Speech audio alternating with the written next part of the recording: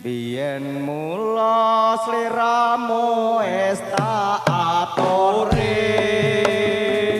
golek bojo sing tresna welas sejati pungkasane sliramu digawe lara ora urung saiki dadi rondo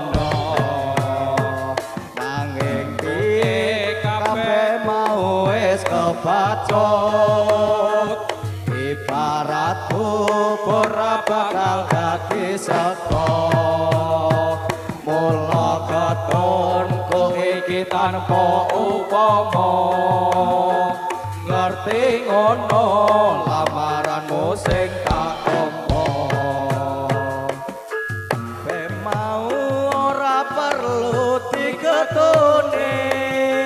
janjiku biyen aku sanggup ngenteni kowe lan aku muga dadi jodhone ora kena prawane tantene randane ora nyono sampean sabar ngenteni